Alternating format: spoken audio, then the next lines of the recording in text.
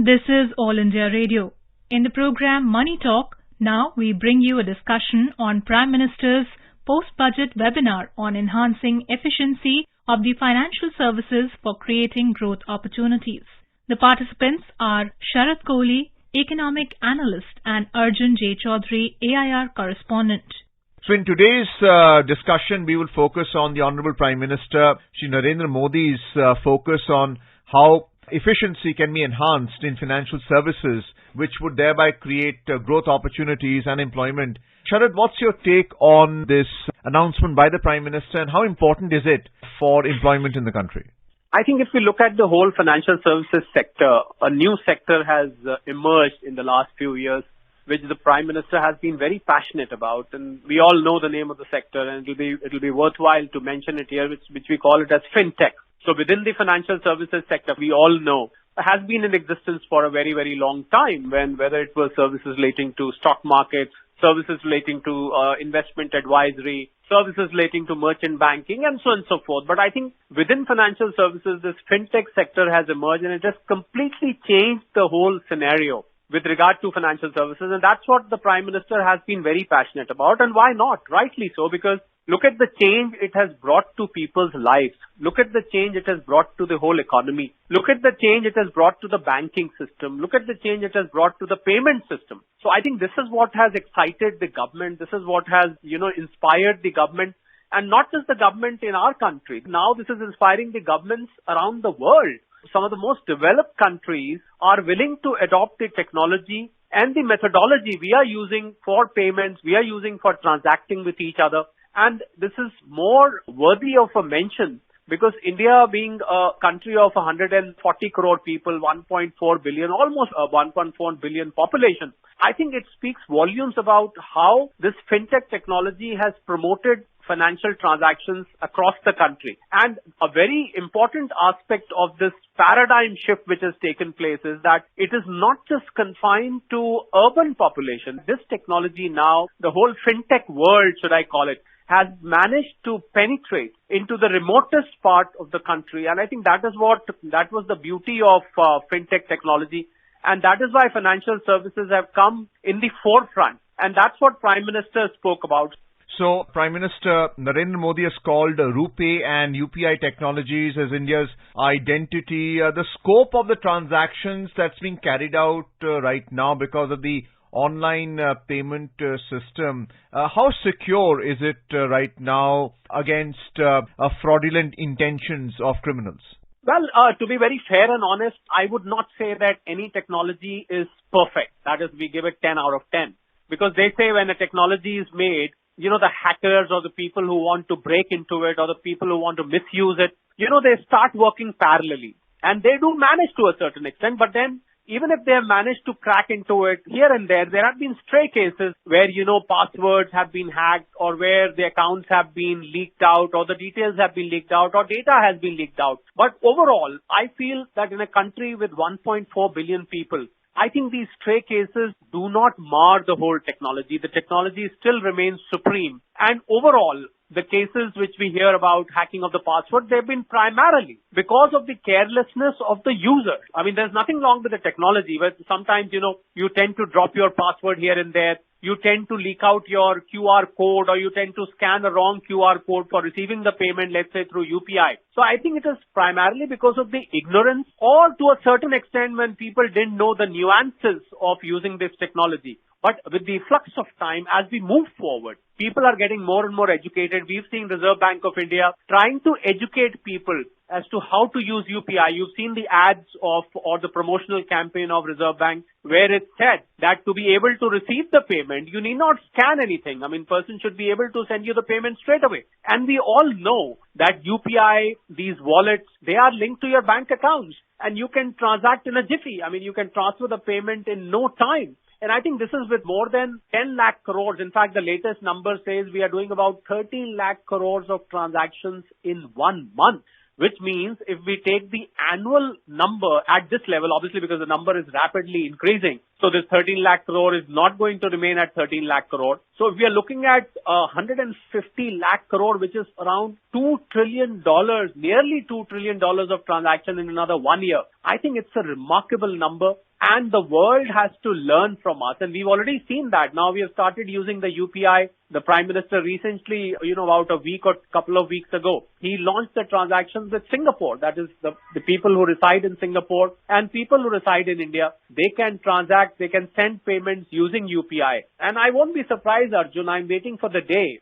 when our UPI system would be implemented as it is. In a developed country, we saw France some time ago showing interest in UPI. I think this is one of the world's largest and the most successful systems, or I would say mechanism of transacting between the citizens, making payment between business, whether it's B2P, whether it's B2C, whether it is C2B. I think this is transacting across the country, which has brought a landmark change in the way. And this is where, the financial services mention emanates from. So I would say it has brought landmark change in the country, and that is why Prime Minister has been so, as I said in the beginning, he's been so passionate relating to this topic. You would observe, at least I have observed that, I'm sure our listeners also have observed, that he's been mentioning this more often than not. And I think we all need to understand the reason why he's mentioning, because this has got the power to boost the economy, to boost the economic growth of the country to the next level. My own estimate says, as an economist, that this can easily boost the economy as far as the GDP is concerned by $500 billion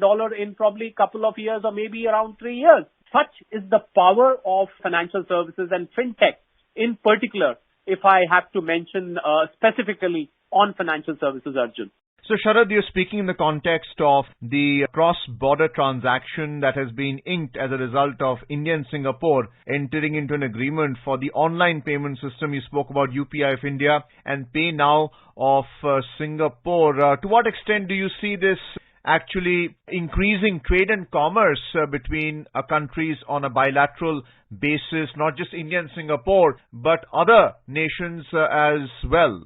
As far as the bilateral trade goes, I am waiting for a day where we would be able to transact in UPI from the country as a whole, because right now the Singapore launch which you are referring to, which I also spoke about a while ago, is basically relating to the Indian diaspora being able to send payments to India and vice versa. But I'm waiting for the day, Arjun, when the citizens of the country or the businesses of the country, in reference to the trade and commerce, when they will be able to remit payments to, for example, in our example of Singapore, they would be able to remit a payment to a Singapore exporter or a Singapore importer. And for that matter, importers and exporters of the other countries, I think that day is not too far, because the speed at which we are moving and the speed at which the world has shown its interest in this technology, I'm sure we are not far away where the system of SWIFT, we all know that international payments are done via the SWIFT mechanism. I'm sure this system has got the capability of replacing the SWIFT system, which the world currently follows for most of its transactions vis-a-vis trade and commerce. So specific to remittances in a cross-border transaction, India and Singapore, how does the foreign exchange actually computed for the benefit of both the transmitter and the receiver? You see, if we refer to the Singapore remittance mechanism which has been set up recently, you see the exchange rate would be determined on the basis on the day when you're making the transaction. Having said that, I must bring to the notice of our listeners that all the other rules with regard to the Foreign Exchange Management Act, FEMA, in India, they have still to be followed. A lot of people came asking me that when the Singapore thing opened, that we don't need permission for remitting foreign exchange, or can we bypass those regulatory mechanisms vis-a-vis sending the payment? The answer is no, because this is just a process of sending the payment which has been made easy. But all the regulatory compliance mechanism which is in place still has to be adhered to. You cannot bypass that. Arjun, in the similar context, the Prime Minister in the webinar today also spoke about, the country's progress with regards to the tax collection system which India has, whether it is the GST or the gross the income tax. I think he also mentioned about, when you talk of financial inclusion, you also talk about widening of the tax base. And GST, we all know, is being paid by every single citizen of the country. Even a newborn baby, maybe for the baby food or for the diaper, has to pay the GST through his or her parents. But then when we speak of the income tax, he did speak about the widening of the base. We've seen the number of tax returns being filed has been gradually increasing, although the number of actual taxpayers because of exemptions and deductions may not have increased as much. But the number of people who are now within the tax net, as we call it, I think that has gone up, and Prime Minister did speak about 33 lakh crores of tax collections anticipated in the year 23-24. I think that is also very, very encouraging, and I'm sure that is going to contribute to the country's progress. Coming back to RuPay and the UPI payment system, the RBI has now proposed to permit all inbound travelers to India to use UPI for their merchant payments while they are in the country. So we were talking about remittances earlier. We also mentioned about SWIFT and cross-border transactions in trade. But what is this inbound travelers being allowed to make merchant payments? Well, I think because these inbound travelers, once they are here, primarily referring to, because for UPI, we should not forget, Arjun, that for UPI, you need to have an Indian bank account. UPI currently, to the best of my knowledge and information, is not connected to a foreign bank account. I'm looking forward to the day when UPI becomes universally applicable in a particular country, replicating our technology or adopting our technology for their country. But because UPI is not currently being used for a foreign bank, so when there is an inbound traveler which is in the country and he's got an Indian bank account, he should be able to use UPI for that purpose. This is, if I have to answer your question precisely. But at this point, I would also like to slightly move away from what we were discussing, because Prime Minister did speak about this in the seminar today, and this is not completely unrelated to the field of financial services. He did speak about vocal for local and Atmanirbhar as well, that this is a national responsibility. Vocal for local should not be a nara which is being used by the government. Vocal for local is if you've got a product here which you're manufacturing or you are innovating, you have to speak about it. You have to make sure that the people, the consumers, they actually inform others that there is an Indian-made product. And we should also speak about it when we travel abroad. We should try and export that product. We should try and propagate that product. I think that is also an Atmanirbharta, very important aspect, with an announcement which was made during COVID. I think today Atmanirbharta has become part and parcel of our life. In the times when our imports are growing, I think Atmanirbharta becomes most relevant, I would say. And the Prime Minister emphasized on that let Atmanirbhar not just be a slogan. It has to be implemented in letter and spirit. I think this is another thing which has been mentioned. And, last but not the least, Arjun, I would also like to point out here that he did speak about, and even the finance minister spoke about it some time ago, that unleash the animal spirit in you. And what did she refer to? She was talking about the private investments, and the Prime Minister today reiterated this fact that the government is making investment at such a large scale. 10 lakh crores of capex promised in this budget, 110 lakh crores of overall national infrastructure pipeline. You can imagine the kind of propensity which the government is showing in pushing forward the infrastructure investment. I think private sector has to go shoulder to shoulder. The private sector should also come forward. They should get a lot of confidence from the fact that the government is making such a huge investment. We should also make our contribution now. This should give them the trust and the confidence. So I think he also gave the message today through the webinar that the private sector must now not hesitate in making their investment, whether it is industrial expansion, whether it is increasing the capacity, whether it is new projects. I think all this needs to move forward with the PLI scheme already in place. There should be nothing which will stop the private sector from moving ahead, and we have a very robust demand. We should not forget that IMF has termed us as a bright spot in the world. So if we are one of the fastest and one of the best recovered economies after COVID, I think we should capitalize on that and we should move ahead in making the private investment. So I think he also gave a message to the industrialists, to the business community, whether it is the large industry or the MSMEs, that they should come forward